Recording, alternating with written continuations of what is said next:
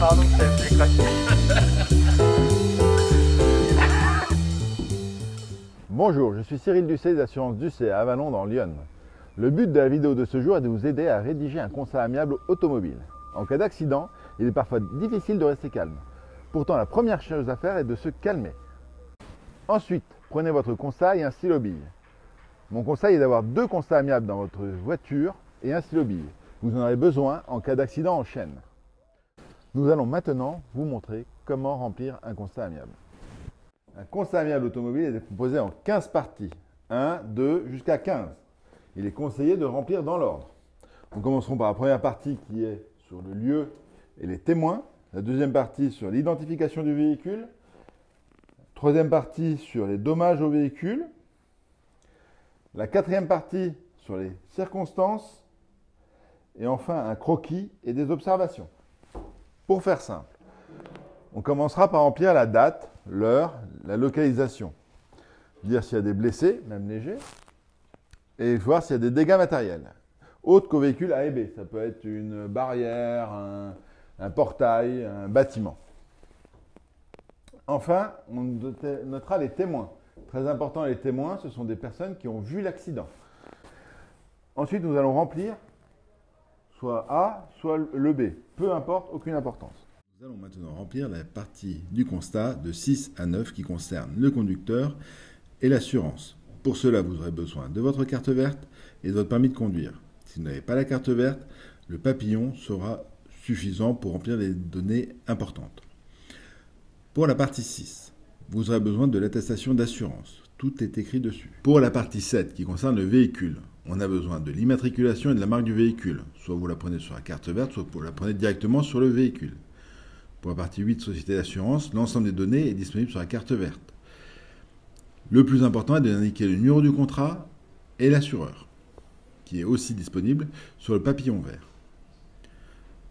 Pour la partie 9, l'ensemble des données est disponible sur votre permis de conduire. On va commencer par remplir le point de choc sur nos véhicules. Là, dans notre exemple que l'on a vu juste avant, il y avait un choc là pour le véhicule A et un choc là pour le véhicule B. Ensuite, nous remplissons les dégâts apparents. Dans notre cas, on avait l'aile avant gauche et là, on avait l'aile avant droite. Et enfin, on va marquer des circonstances. Et là, c'est exactement ce qui s'est passé au moment du sinistre. Pas un quart de seconde avant, pas un quart de seconde après. La première partie, qui est là, on est sur tout ce qui est stationnement. Je suis en stationnement. Oui, non. Je quitte un stationnement. Là, notre véhicule quittait un stationnement, dans notre exemple. Je prenais un stationnement. Non.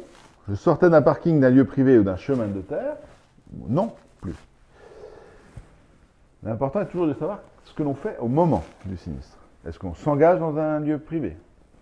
Et c'est toujours la personne qui bouge qui signe sa croix. Est-ce qu'on roule sur une place d'ascenseur giratoire? Est-ce qu'on heurte à l'arrière un véhicule en roulant dans le même sens et sur la même file? Là, c'est quand les deux véhicules se rentrent l'un dans l'autre, comme ça. Est-ce que l'on change de fil? C'est-à-dire que les deux véhicules sont l'un à côté de l'autre et il y en a un qui va déboîter. Est-ce que je vire à gauche? Est-ce que je vire à droite? Est-ce que je recule? Est-ce que j'empiète sur une voie réservée à un sens de la circulation à sens inverse? Est-ce que je viens de droite dans un carrefour? Est-ce que j'ai observé ou non un signal de priorité? Un stop, une balise, un céder le passage. Une fois que l'on a rempli tout ça, très important, on marque le nombre de croix. Là, on était sur une voie, on circulait normalement, on n'a pas besoin de remplir, donc on met 0. Et là, on marque une croix. Alors, pour faire un dessin, c'est pas compliqué, on va faire des véhicules comme ceci. On va faire un rectangle, caractériserons le sens de déplacement du véhicule par une flèche sur le véhicule. Tout simplement. Faire simple. Dans notre cas précis, on va mettre la rue. Matérialiser les places de stationnement. Notre véhicule qui sortait. Notre véhicule B qui sortait du stationnement. et notre véhicule A qui circulait dans la rue normalement et qui allait tout droit. On est tous des Picasso, il n'y a aucun souci, mais il faut faire simplement les choses. Si vous avez un camion, on mettra un peu plus gros.